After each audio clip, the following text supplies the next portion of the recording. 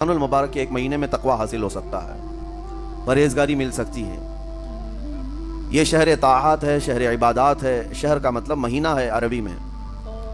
اور دیکھیں کتنی سہولیات تمہارے لیے رکھی گئی ہیں کہ شیطان کے وسوسوں سے محفوظ رکھا گیا، کہ تمہیں مہینہ بھر شیطان اور اس کی ذریت سے، اس کے حملوں سے بچا کر رب تبارک و تعالیٰ نے اس مہینے میں رکھا ہے۔ تو اب میرے عزیزو، تھوڑی سی محنت کی ضرورت ہوتی ہے تاکہ ہمارا دل پاک ہو جائے۔ تھوڑی سی اور محنت اس میں کر لی جائے تو انسان کا باطن پاک ہو جائے۔ تقوی کیا چیز ہے اور اس کا حاصل کرنا کیوں ضروری ہے، میں آپ کو بتاؤں۔ تقوی کا مطلب سب سے اہم چیز یہ ہے اللہ کا خوف۔ یہ بنیادی چیز ہے، یہ بنیادی چیز ہے، اور یہ اگر بنیاد ہے تو ہر عمل میں آپ کے تقوی حاصل ہو جائے گا۔ نماز کیوں پڑھتے ہو؟ نماز ایک ڈیوٹی سمجھ کر کے پڑھتا ہے تو کوئی مسئلہ ہی نہیں اس کا، یعنی وہ ڈیوٹی ادا کر رہا ہے۔ لیکن نماز میں اگر خوف خدا ہے، اللہ کے ڈر سے پڑھتا ہے، یہی تقوی ہے۔ روزہ کیوں رکھ رہا ہے؟ سب محلے میں رکھ رہے تھے، ہم نے بھی رکھ لیا۔ روزہ اس لیے رکھ رہا ہوں کہ لوگ برا نہ سمجھیں یا اسلام کا ایک حصہ ہے، اتنی ہی نیت تھی تو پھر اس نے روزے سے کچھ حاصل نہیں کیا، لیکن اسی روزے کو اللہ کے خوف سے رکھا، یہی تقوی ہے۔ تو خوف خدا، اللہ کا خوف آ جانا ہر عمل میں، یہی تقوی ہے۔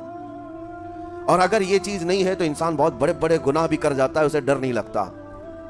روزہ چھوڑ دیا، اسے کوئی خوف ہی نہیں ہے، بلکہ دھڑلے سے لوگوں کے سامنے کہتا بھی پھر رہا ہو کہ مجھے یہ سب چیزوں میں وشواس نہیں، یقین نہیں ہے۔ یہ باتیں اس زبان سے آتی ہیں جس کے ہاں اللہ کا خوف ہے ہی نہیں، اللہ کا ڈر نہیں۔ اسی لیے قرآن میں اللہ نے فرمایا لعلکم تتقون، تم پر روزے اللہ نے فرض کیے ہیں تاکہ تمہیں تقوی مل جائے، اللہ کا خوف۔ اور یہ کتنی اہم چیز ہے میں آپ کو بتاؤں، خوف خدا۔ خوف خدا کا مطلب کہ اللہ کا ڈر، اللہ کا خوف، یہ تمہاری پوری باڈی کو صحیح کرتا ہے، اندر سے بھی باہر سے بھی۔ خوف خدا، تم ہر قدم پر اگر یہ سوچتے ہو کہ میرا رب مجھے دیکھ رہا ہے، جیسے کہ آپ کو پتہ ہے حدیث پاک میں حضور صلی اللہ تعالیٰ علیہ وسلم سے پوچھا بھی گیا احسان کیا ہے، یعنی نیکی کس کو کہتے ہیں؟ حضور نے فرمایا تم نماز ایسی پڑھو یا عبادت ایسے کرو جیسے تم اللہ کو دیکھ رہے ہو۔ اور اگر یہ نہیں ہو سکتا تم سے تو اتنا احساس تو رہے کہ اللہ تمہیں دیکھ رہا ہے۔ تو ہر عمل میں تمہارے یہ سوچ آئے کہ مجھے میرا رب دیکھ رہا ہے، تمہارے قدم سنبھل جائیں گے۔ آج آپ مسجد میں بیٹھے ہیں، ادب سے بیٹھے ہیں، حالانکہ ایک آدھے گھنٹے کے بعد جسم کو پھیلنے کی حاجت ہونے لگتی ہے، تھوڑا پیر پھیلا لوں، پیٹھ کو ٹیک دے دوں، نہیں کرتے آپ، اس لیے کہ آپ کو احساس ہے کہ امام صاحب دیکھ رہے ہیں، مفتی صاحب دیکھ رہے ہیں، یا پھر مجمع میں لوگ دیکھ رہے ہیں۔ تو یہاں پر ہمارے دیکھنے کے احساس سے آپ کے پیر نہیں پھیلتے ہیں، آپ پھیل کے نہیں بیٹھتے۔ تو ہم میاں نہ سزا دینے والے نہ جزا دینے والے ہیں۔ یہی احساس اگر اللہ کے دیکھنے کا ہو جائے کہ میرا رب مجھے دیکھ رہا ہے، تو پھر آپ کو کسی نگرانی کی ضرورت نہیں، کہیں کسی CCTV کی ضرورت نہیں۔ اللہ کا خوف اگر بندے کے دل میں آ جائے، وہ ہر لمحے، ہر گھڑی، ہر علاقے میں محفوظ رہتا ہے، اپنے آپ کو محفوظ رکھتا ہے۔ میرے عزیزو، 4 سال کی عمر ہے امام اہل سنت فاضل بریلوی رحمۃ اللہ علیہ، امام محمد رضا خان رحمۃ اللہ علیہ، 4 سال کی عمر میں روزہ رکھ لیا۔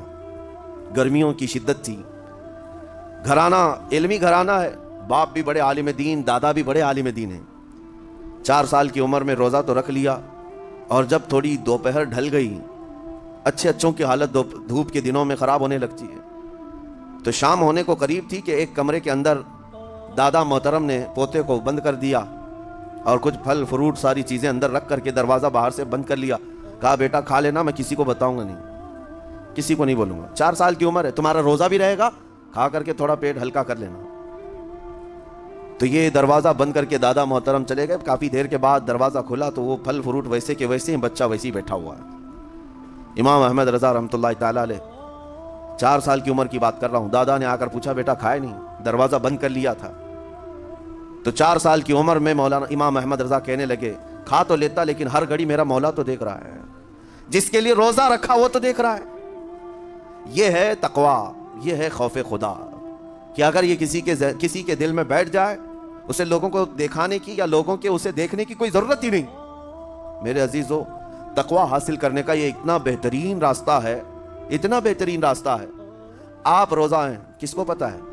میں روزہ ہوں، کس کو پتہ ہے؟ یہ راز ہے میرے اور اللہ کے درمیان۔ آپ روزہ ہیں، یہ راز ہے آپ کے اور اللہ کے درمیان۔ بہت سارے موقع آپ کے پاس ہیں دن بھر میں، فجر سے لے کر عصر تک کئی مرتبہ وضو میں جانا پڑتا ہے، باضابطہ آپ کلی کر رہے ہیں، آدھا نگل جاتے، کس کو خبر ہے؟ یا کہیں چھپ کر کے کوئی ہلکی سی چیز چبا لیتے، کس کو خبر ہے؟ اس لیے کہ یہ اندرونی معاملہ ہے، راز ہے.